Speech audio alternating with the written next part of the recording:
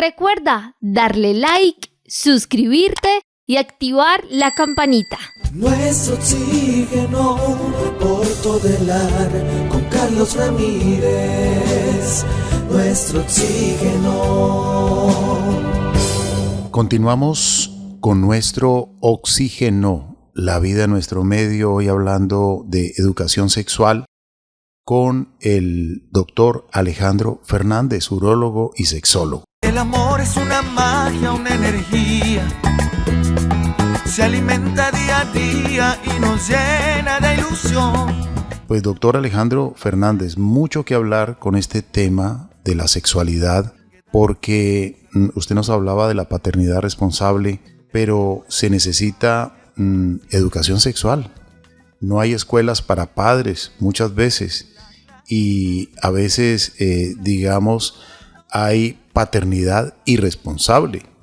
Solamente en el momento del sexo y luego cuando viene la responsabilidad por ese pequeño ser que es hijo de ambos, pues no hay esa presencia, no hay tampoco esa asistencia de cariño, de amor, de acompañamiento, y a veces le toca a la mamá solita, siendo cabeza de familia, o a veces tiene que quedarse el hogar solo por violencia intrafamiliar. Muchas situaciones que están afectando a nuestra sociedad actualmente. Yo creo que vale la pena reflexionar sobre estos temas y entender y comprender que la primera escuela de todo ser humano es su casa. Y los primeros maestros, papá y mamá. Primeros maestros en los valores, primeros maestros en muchas cosas. En la educación ecológica, respetar a los animalitos, respetar la naturaleza, respetar al otro ser humano, también respetarse a sí mismo, entender lo que es el autorrespeto, no solamente para la salud física, sino también para la salud sexual. Y hay personas que no se educan en esa salud sexual y se vuelven irresponsables con su propia sexualidad. Y ahí es cuando caen muy tempranamente en enfermedades venéreas o en infecciones de transmisión sexual. Hablemos un poquitico de este tema, doctor, para hablar de prevención en este tema de enfermedades en el sexo. Entonces, ven, te digo, tú lo dijiste bien, la educación sexual es clara. La educación sexual empieza en casa, cuando uno le está hablando al hijo, le está diciendo, explicando cuáles son las características de su aparato reproductor. O sea, es la primera. O sea, hay que hablar de que tiene penes y testículos, que tiene una vagina y que adentro tiene un útero y unos ovarios. O sea, los niños tienen que saber qué es lo que tienen para que ellos vayan madurando al respecto de eso. La orientación sexual, pues tú sabes, sobre eso ya en este momento uno ya casi que no puede decir mucho de la orientación sexual. O sea, hay mucho que decir, pero hay que tener mucho cuidado en lo que uno dice por toda la libertad actual alrededor de la orientación sexual. Pero entonces, si uno le enseña a su hijo y a su hija cuáles son sus órganos, y de ahí en adelante comienza a ver un ejemplo en la población en la que convive. Viendo el ejemplo en la población en la que convive, va a definir, de acuerdo a lo que su cerebro tenga y a lo que ve hacia el exterior, va a definir su orientación sexual. Si tiene una orientación que para uno no le parece que sea normal, eso ya uno no puede decir eso.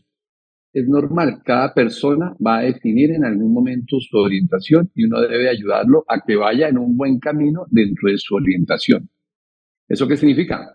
Que con la orientación que tenga siempre debe cuidarse, porque tenga determinada orientación sexual no debe tener más libertad que los que tienen otra orientación sexual, que es que a veces se confunde eso.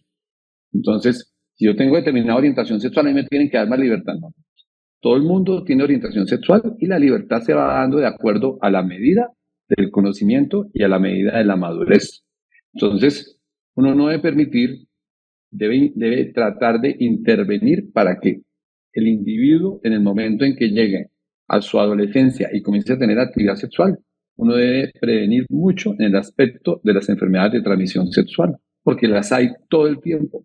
Las enfermedades de transmisión sexual no han bajado en su incidencia, es decir, siguen presentándose los mismos casos nuevos. ni en su prevalencia, es decir, los casos nuevos que se han presentado, y en esas personas con casos nuevos se siguen manteniendo enfermedades. Entonces, es grave porque entonces termina uno criando hijos y termina dándoles tanta libertad que se le olvida hablar con ellos de que hay métodos de planificación y hay métodos también para evitar enfermedades de transmisión sexual. Eso, como te decía, lo viene viendo en su espacio. Entonces, en el ámbito familiar hay que hablar con tranquilidad, con certeza sobre cómo es la vida sexual en el universo global para que la persona se vaya adaptando. Las enfermedades de transmisión sexual son un problema gigantesco. Entonces, hace poco un informe, digo unos 5 años, en que todo el mundo decía, no, la enfermedad de transmisión sexual es solamente de los adolescentes y de los adultos jóvenes.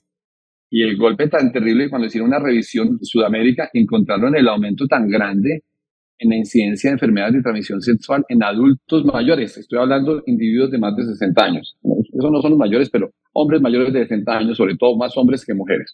¿Por qué? Porque cuando empieza a haber mayor posibilidad de que una persona solucione sus problemas de erección, entonces cuando la persona tiene más posibilidad por su buena salud o porque está medicado para la erección, comienza a tener más vida sexual y comienza a haber más promiscuidad. Entonces encontraron que hombres mayores estaban presentando mayor número de casos de herpes genital, de sífilis y de blenorragia.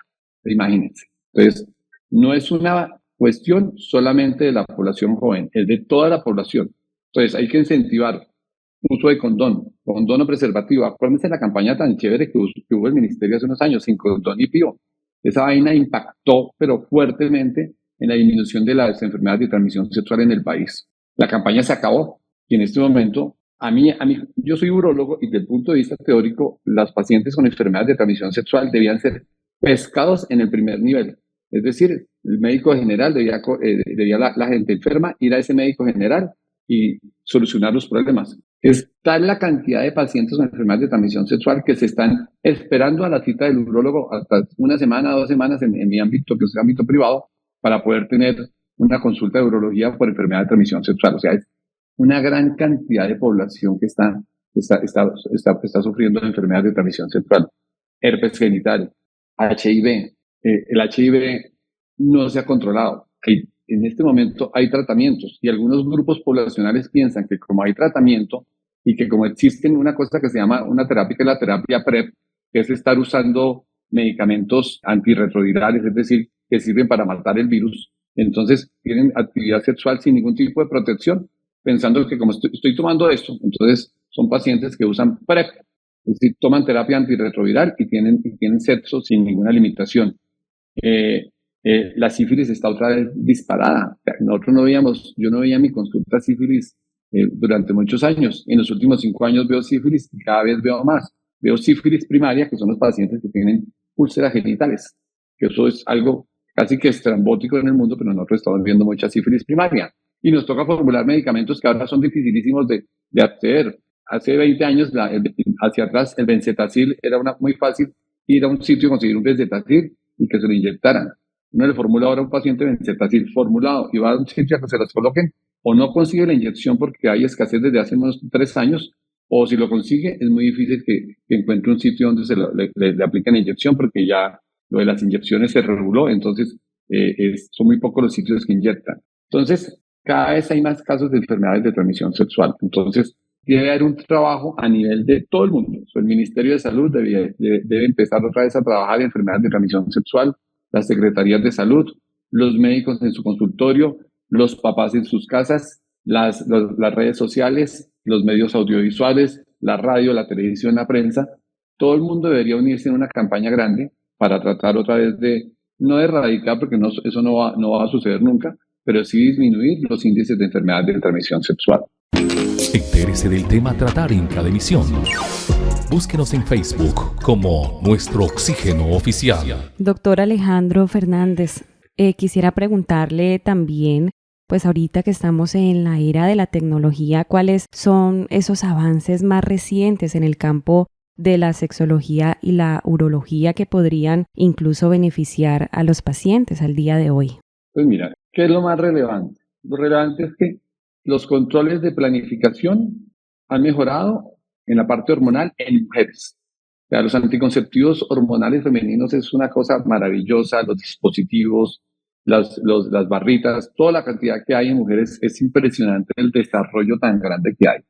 Entonces, ese desarrollo tan grande obviamente impulsa a que siga siendo más la mujer que participa, porque el hombre solamente o usa condón o usa anticoncepción definitiva con la vasectomía.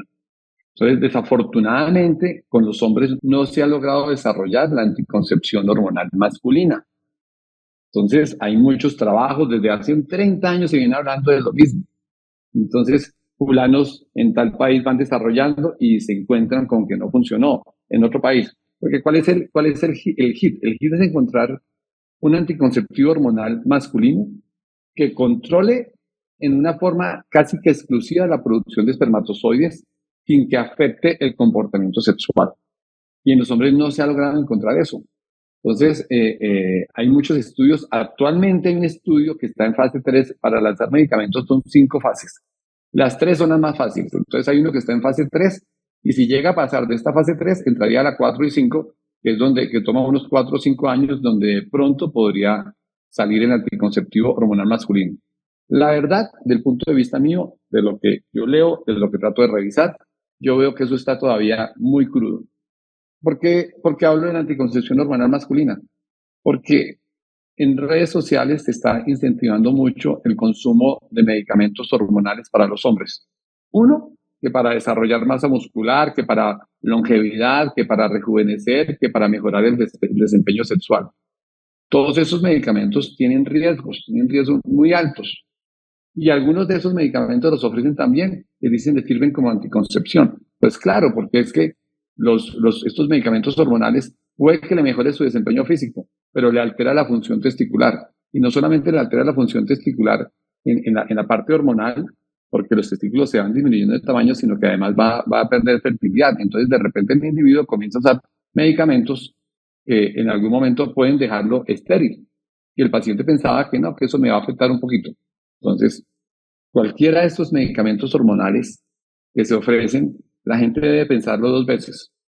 Estamos en la época de la libertad. Entonces, usted compre lo que quiera, señor, pero piense que eso no fue formulado por un médico, es una persona que aparece ahí, muy seguramente un señor con una muy buena masa muscular, muy buen aspecto, seguramente una pelada muy bonita diciendo, consuma esto, porque es que si usted consume esto, usted me va a gustar. O sea, piense lo que está viendo y dése cuenta que eso no puede ser real. Eso no puede ser real porque esas cosas deben ser formuladas por alguien. Deben ser formuladas por un médico que realmente sepa, un médico.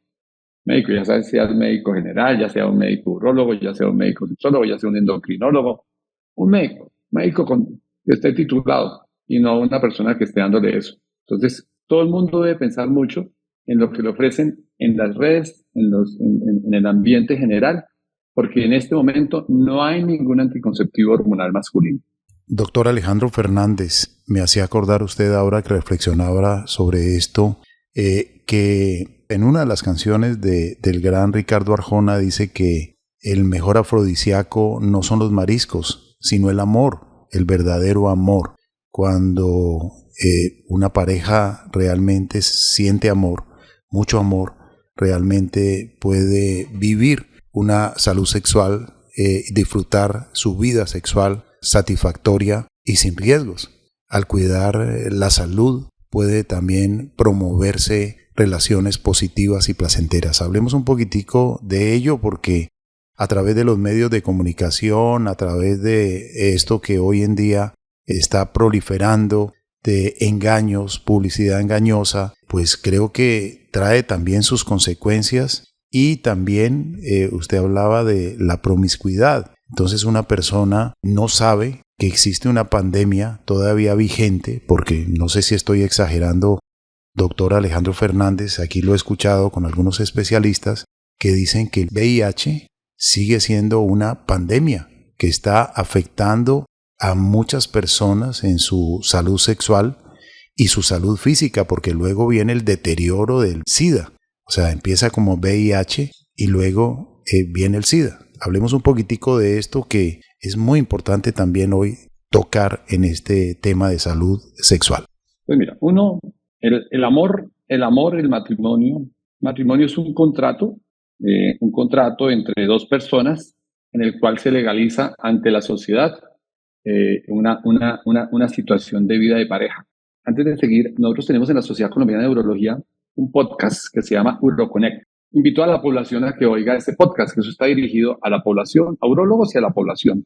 Y hay uno muy chévere que hizo el doctor Hernán Aponte, que creo que es el penúltimo podcast de nosotros, UroConnect, donde habla de amor, matrimonio, y da unas explicaciones muy, muy interesantes, porque Hernán llega y comienza a hablar de el matrimonio, habla de las hormonas que se liberan, las sustancias neuroquímicas que son las que llevan al enamoramiento, las sustancias que llevan al apego, las sustancias que llevan al amor de los hijos y al amor hacia los demás, las que llevan hacia el erotismo y las sustancias que están involucradas en la infidelidad y en el desamor. Entonces, en esta época de la vida ya se midió hasta neuroquímicamente qué es lo que está involucrado en cada una de esas etapas. Entonces, todo tiene su explicación. Entonces, por eso es que el amor se cultiva. Si uno no cultiva el amor, las sustancias neuroquímicas se van bajando. Si uno no cultiva el erotismo, pues la actividad erótica de la pareja se va bajando. Si uno no cultiva el amor hacia sus amigos, pues uno los va perdiendo. Oiga, ¿cuándo nos vemos? Si uno no hace esas llamadas tan pendejas que dice, este bobo me llamó a decirme que cuándo nos vemos. Pues es que es una forma de cultivar la amistad. ¿Cuándo nos vemos? Veámonos. Uno pasa por el lado de la esposa y le dice, ¿cómo estás de linda? Estás hermosa. ¿Cómo te queda lindo ese pantalón? Por no decir lo que quiero decir en este momento, aquí en la radio. Entonces, todo eso se cultiva porque si uno lo cultiva, la química cerebral se mantiene. Entonces, el amor no está en el aire. El amor es un sentimiento. Es un sentimiento que existe y tiene una representación neuroquímica en el cerebro. Entonces, hay que cultivar el amor, hay que cultivar el matrimonio. Y vienes luego contándome de la pandemia, del SIDA, del HIV, o sea, eso no ha acabado. La gente piensa que acabó, lo que pasa es que ya no se hace ruido. Sencillamente, tuvimos la época de los 70 muy graves en que apareció un poco de gente enferma y la gente se moría y nadie sabía de qué. Y era un deterioro muy grave de esa población. Entonces uno los veía malísimos, las cosas en las manchas en la cara, las manchas en el cuerpo, los cánceres, toda esa cantidad, y nadie entendía. Vino un desarrollo, se entendió, vino medicamentos, se controló a los enfermos, vinieron más medicamentos, entonces resultó que no, que la gente se han hasta reportado curas. Entonces, los medicamentos, ¿qué ventaja tienen ahora? Pues que ya son mucho menos agresivos, entonces la gente ya no anda enferma de gastritis, porque entonces cambia una enfermedad por otra. Entonces, las personas que padecen HIV y que llegaron a tener SIDA, que es el manifiesto global de la enfermedad, afortunadamente tenemos un tratamiento, pero no una cura. Pero entonces, como dejó de haber ruido alrededor de eso, entonces, porque ya la gente, aquí al frente, ya me llegan pacientes que están en perfectas condiciones de salud y de repente me dicen, Alejandro, te quiero decirte que yo tengo HIV y tengo tratamiento antirretroviral hace 7 años y estoy perfecto. Y uno los ve perfecto, entonces uno no sabe quién tiene enfermedades. Entonces, como se ocultó porque se pudo controlar a los enfermos, entonces la gente piensa que eso pasó, pero es cantidad de casos nuevos de HIV todos los días. Así como decía yo, hay cantidad de casos nuevos de todas las enfermedades de transmisión sexual, hay cantidad de casos nuevos de HIV.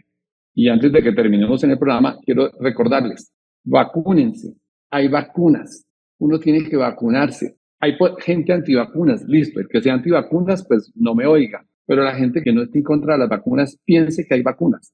Hay vacunas, las vacunas generales de los niños, que son claves, pero es que uno no le puede dar tétanos. Entonces uno tiene que vacunarse contra el tétanos, uno no le tiene que dar tosferina, y hubo epidemia de tosferina, uno tiene que vacunarse contra la tosferina, los niños. Las secuelas de sarampión son terribles, el sarampión ya estaba casi controlado y volvamos a tener picos de sarampión. Y alrededor de nuestro tema hay vacunas, hay vacuna de hepatitis B. Una de las enfermedades de mayor transmisión sexual en este momento es la hepatitis B. Y es una vacuna que el gobierno la da, o sea, es gratis en el sistema. Y si usted no quiere ir al gobierno a hacer fila, páguela, vale como 20,000 pesos o 30,000 pesos cada dosis, son 3 dosis. Existe la vacuna contra la varicela. Ustedes han tenido amigos que tuvieron varicela y quedaron con la cara destrozada y el trauma de aquí en adelante. Vacúnense contra la varicela. Hay vacunas contra el papiloma humano. Por cada hombre que se vacuna contra el papiloma humano, pensando en el número de parejas sexuales que va a tener este hombre, que pueden ser 7 durante su vida, está protegiendo a 7 mujeres de que les dé papiloma. De esas 7 mujeres que les da papiloma, acuérdense que hay un porcentaje que pueden terminar en cáncer de cuello uterino. Entonces, el sistema de salud da vacuna contra papiloma humano. Hubo el escándalo ¿se acuerdan ustedes en Bolívar? No me acuerdo cuál fue el pueblo que hubo el escándalo de las niñas que hicieron la crisis. Eso fue una cuestión que nadie ha entendido, pero definitivamente fue algo psiquiátrico y no tuvo nada que ver con la vacuna. Y demeritó la vacuna mucho tiempo. Entonces, hay que invitar a la gente a que se vacune, porque la vacunación también previene enfermedades de transmisión sexual. Doctor Alejandro Fernández, pues muchísimas gracias por este maravilloso espacio, por sus recomendaciones médicas, por hablarnos en un lenguaje tan sencillo sobre estos temas tan interesantes. De verdad que hemos aprendido muchísimo en este espacio y quisiera preguntarle para las personas que desean profundizar más, saber más sobre paternidad responsable, sobre estos temas de salud sexual, ¿cómo lo pueden contactar y cuáles son sus redes sociales? Pues mira, yo la verdad, esto es un programa que se oye a nivel país. Yo invito a que la gente consulte a su urólogo. La Sociedad Colombiana de Urología somos una entidad muy juiciosa.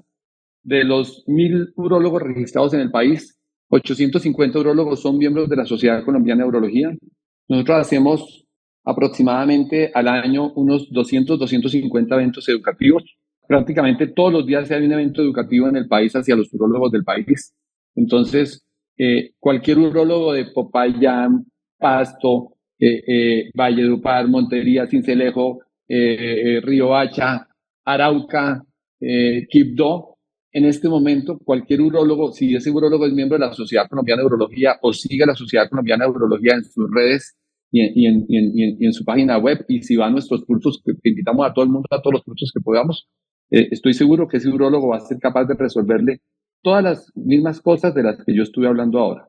Entonces, mi invitación es que vayan a su urólogo y que se cuiden, que todos nos tenemos que cuidar. Nos tenemos que cuidar desde el momento en que nacemos. Alguien nos cuida y nosotros nos cuidamos y además cuidamos a otras personas. Pues, doctor Alejandro Fernández, muchas gracias. Usted como profesional de la urología y la sexualidad, pues hoy en un lenguaje sencillo nos ha dado mucha orientación. Le deseamos lo mejor de lo mejor. Muchas bendiciones a usted y a todos los integrantes de la Sociedad Colombiana de Urología. Lo mejor de lo mejor, siempre. Juliet, Carlos Alberto, muchas gracias por la invitación. Fue un espacio muy chévere. Gracias por haberme preguntado cosas que me parece que le pueden servir a la población colombiana.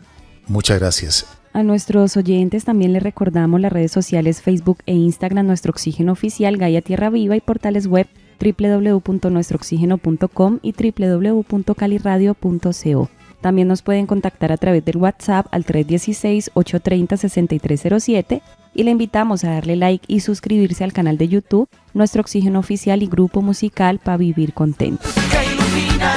También a ustedes, amables oyentes, muchas gracias. En nombre de Marián Aguilar Quintero, Juliet Mora, Óscar Giraldo Ceballos, Andrés Aponte Agudelo, Juanito Mosquera, Carlos Alberto Ramírez Becerra y esta emisora.